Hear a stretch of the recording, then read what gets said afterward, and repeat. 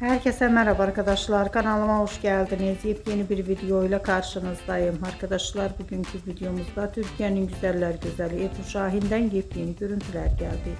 Ebru Şahin'in muhteşem rengarenk güzel görüntülerini görmek istiyorsanız kanalımı izlemeyi ve bildirim butonuna basmayı unutmayın. Şimdilik benden bu kadar olsun arkadaşlar. Yeni videomuzda görüşmek üzere. Hoşça kalın.